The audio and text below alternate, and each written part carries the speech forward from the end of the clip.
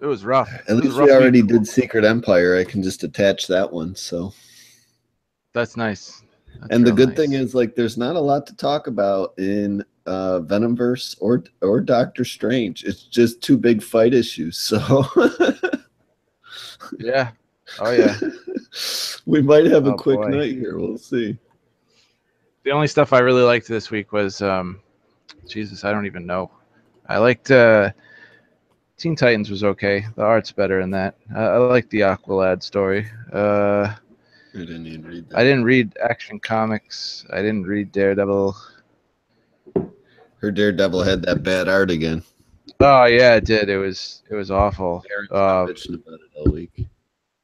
I read Scarlet Spider. I didn't read Detective Comics because I don't care about spoiler. I really don't. Like that's why I dropped the book in the first place. I was sick of all those stupid spoiler stories. I was like, who gives a shit? What do you want to do for books next week, real quick, before we get started here? I got Oh so boy. far the only Spider title is Spider Gwen. Hold on, let me. What's it, the 30th? And then we got Secret Empire, so you can pick Hero and IVX. There's no. Hold on. All right. Hold on. Look, where is it? Right here. All right, cool. I know there's nothing for really DC coming out next week. Next week's a slow week. Stupid weeks. Yeah, 5 weeks. Yeah. Lady Killer was supposed to come out, but I don't see it on this list. Oh, there it is. Lady Killer 2, number 5. America, Black Panther Crew, Deadpool, Yeah, Doctor Strange, Sorcerer Supreme, Generations Hawkeye, Infamous Iron Man 11, no Generations Hawkeye, Jean Grey, Mighty Captain Marvel, Moon Girl. No. Mighty Captain Marvel number 8. Or, oh my God. Empire number 10 comes out next week? Yeah. Oh my God. A week in a row? Like, that's just crazy. Yep, ending it. McNiven's doing this issue too. That's going to be good because it's the last week I'm having my collect. So what do you want to do? My comic store hold comics for me. Fucking, hold on. Let me just take a peek real quick. X-Men Blue number 10. Who's doing the art on that? Let me check real quick.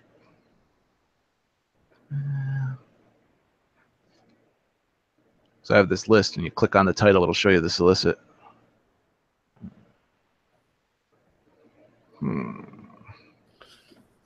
Oh, I did like X-Men Blue like 2 weeks ago, didn't I? Yeah, not that long ago. We did the one before Polaris, the Polaris cliffhanger. Did we ever cover a Thanos issue? I don't think so. Mace Windu. Thanos for Hero. That's not set in stone yet. It might be the best Marvel book out next week. Yeah, I think it is actually. I think Brian Starfleece is back on Black Panther.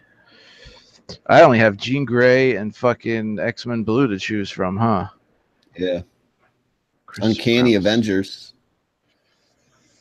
Yeah. Who's Jim Zub's writing that, right? Uncanny Avengers. I have no idea. Number 26, and it's out of the. Is it out of the tie-in zone? I might think about that if it's out of the tie-in zone. The Witch is back. Wanda Maximoff has returned to the Avengers at last, but not everyone on the team is happy about it. At the same time, an old foe returns, and our heroes' lives are turned upside down. You know what? I'm gonna do Uncanny Avengers as my X-Men title. That's right there because I always do X-Men Blue, Jean Grey, so let's do Uncanny Avengers. Yeah. And what is it? 26. Yeah, 26. Right. You know what? Someone asked for Star Wars the other day, so I might do Star Wars. I'm thinking about that. Even though I'm not caught up, I don't care. Let me see. 2 issues featuring tales of the Star Wars Underworld. First. Oh, it's a 2. This is the first issue in a 2-issue story. First, Santa and Lando join forces on Coruscant to swindle some credits. Then Han and Chewie go back to smuggling for a hut. That doesn't sound like fun. It is Jason Aaron, though. This is the end of the story for Infamous. Doom finally confronts his mother about the impossible truth of her recollection, and Maker unveils his plan to destroy Dr. Doom inside and out. You know what? I'll save it. I'll save it for the last issue. I don't want to blow that wad. I'm gonna do fucking the fuck was it? I just had it. I'm just Star Wars. Fuck it. What is it, Just 35? because it was, just because it was requested, and it doesn't sound like it's a big story. It's just like an event just ended, the Screaming Citadel. So it's like a 2-issue story. Countdown. So fuck it. Let's do Star Wars. We'll Give them get what they going. want. So we got everything updated, ready to roll.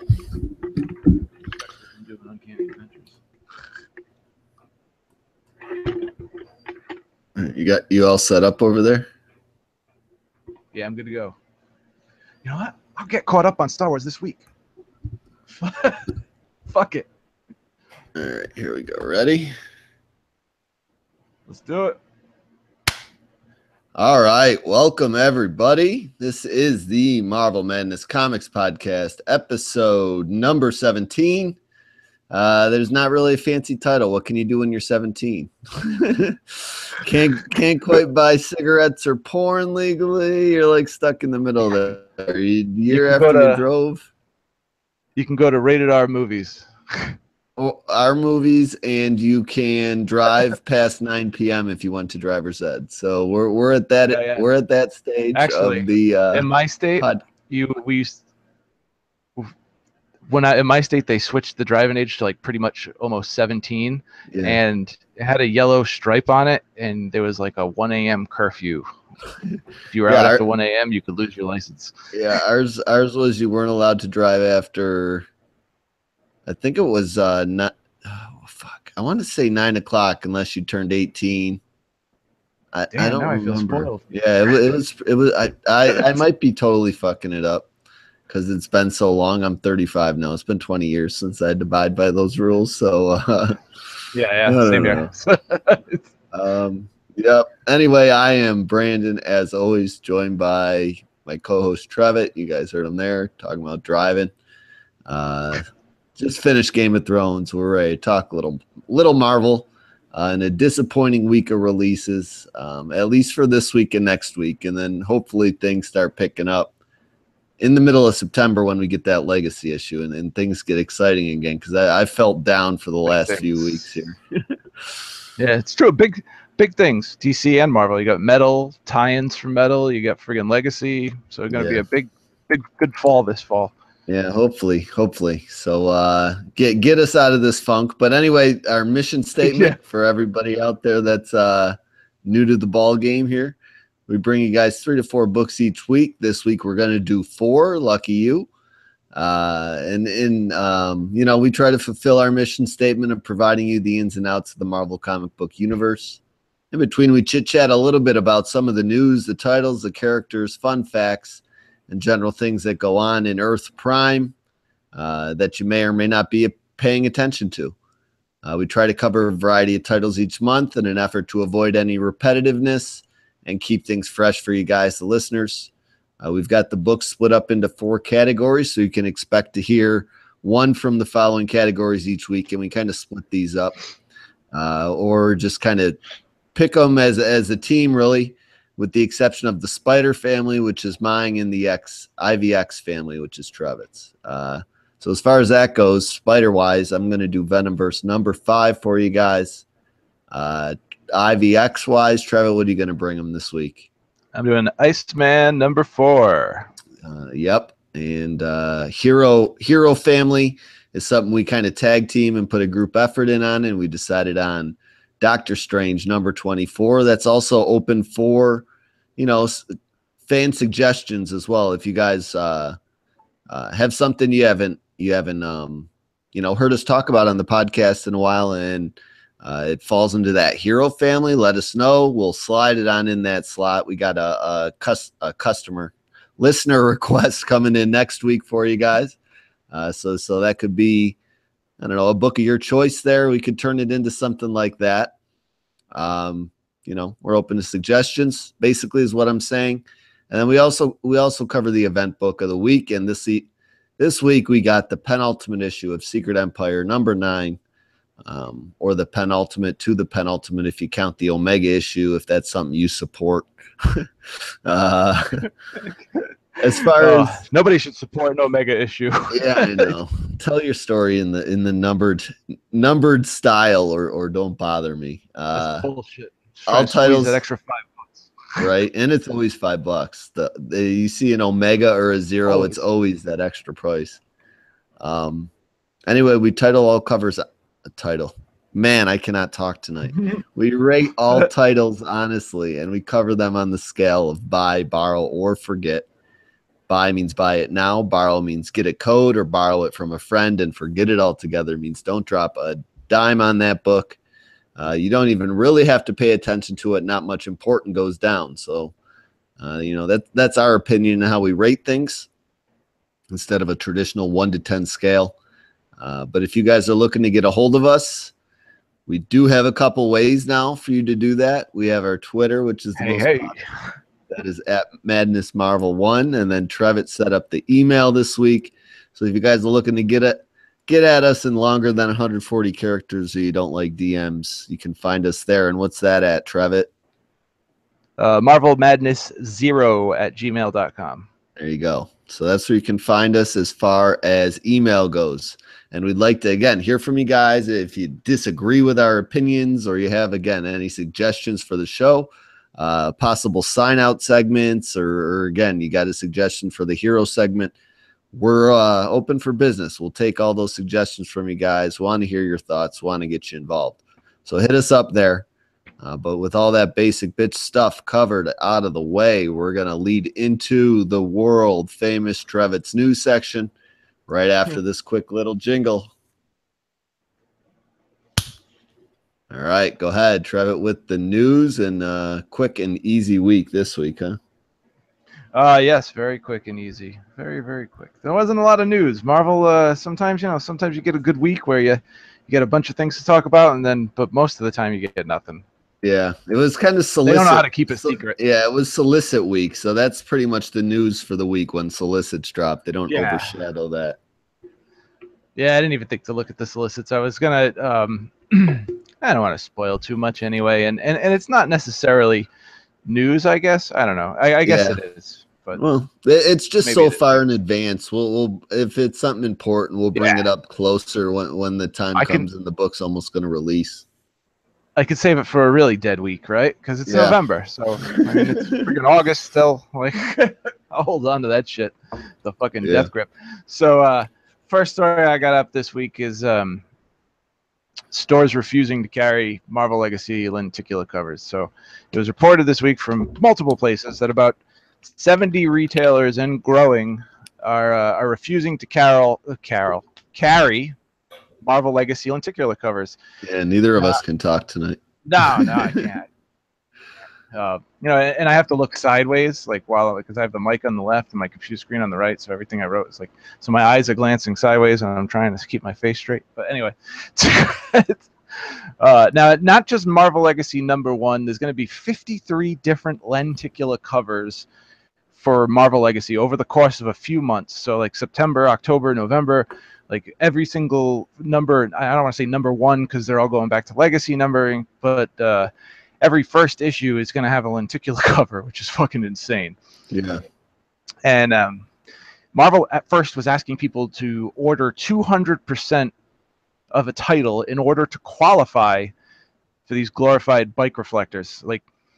200%. So if you're a store and you regularly order 20 regular covers, you have to order another extra 20 to order how many ever lenticular covers you want. So if you have 20 customers want a lenticular cover, you have to order 60 books, and then you're going to stuck with 40 books on the shelf that you don't even know if you can sell. Yeah.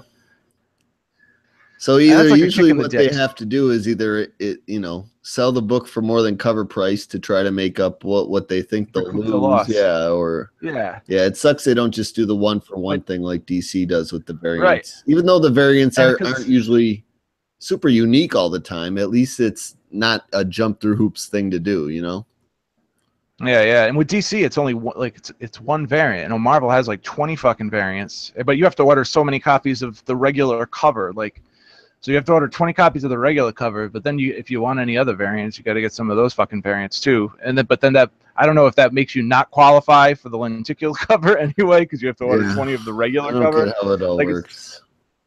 it's they're just trying to drown the direct market. So like people freaked out and they decided to come up with something different. So they said for relatively new series like Cable or Defenders, they have like a meet or exceed level. So they have to buy 100% to qualify. So if they regularly order 20, they just have to order the 20 then regularly order, and they'll get their lenticular covers for those titles. But when it comes to like, I guess a bigger title like Invincible Iron Man, they still want the 200%. So the 200% still applies to like half of the books. So if it's like 53, it's going to be like 26 books. It's you know, it's not any better really. Right. And they know what they're like. They know what they're doing. You know, like you said, they might have to sell those variants for extra money to recoup their losses. But even then, they'll just be breaking even. And they know what they're doing. Diamond doesn't take back any of the old unsold copies, and they just do this to bolster sales because even if those issues never sold, they're counted as sales. So, oh, we had a great relaunch, you know. So they just kind of like sticking it to them, and I don't really blame retailers for not fucking going along with it. Yeah. Fuck them, you know. Yeah. Especially if it's going to be something bullshit. you're stuck with. Yeah, it's not a good business. Then you got junk. Like you're gonna end up giving them away in a free box. Yeah, I know. It's not I even see that dollar box stuff. You're just going to end up giving it away in free comic book day most of the time. Because people just buy the lenticulars and you'll be stuck with all the regular covers. And oh yeah, that's what's going to happen. And then I'll drive it down like any value, like say like for instance like an image book like 7 to Eternity #1. You could see that going for like $150. The regular cover, you know, it has to be the regular cover, no special, nothing special about it. It's just the first printing, first cover, and that is worth a lot. But you know, flood the market with all the regular covers just to get the lenticular covers, then you know it's not worth shit. So it doesn't really even make a difference for collectors. Like, no, I hear you. But the other one's kind of just a bullshit throwaway story. Yeah, this is just a throwaway story.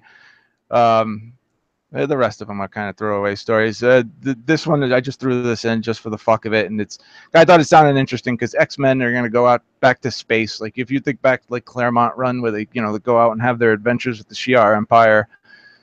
This one it's gonna be in X-Men Gold #16, and they're bringing back matching uniforms. So like, you know how like back in the day they all had like the yellow uniforms, the yellow and blue that match. They're going to be doing that again, and we haven't seen that for a while. And it's called what is it called? The Dartarus Odyssey or something like that. And they're going to be venturing to the negative zone to rescue like some X-Men. I guess we haven't seen in a while. So whatever, that sounds cool.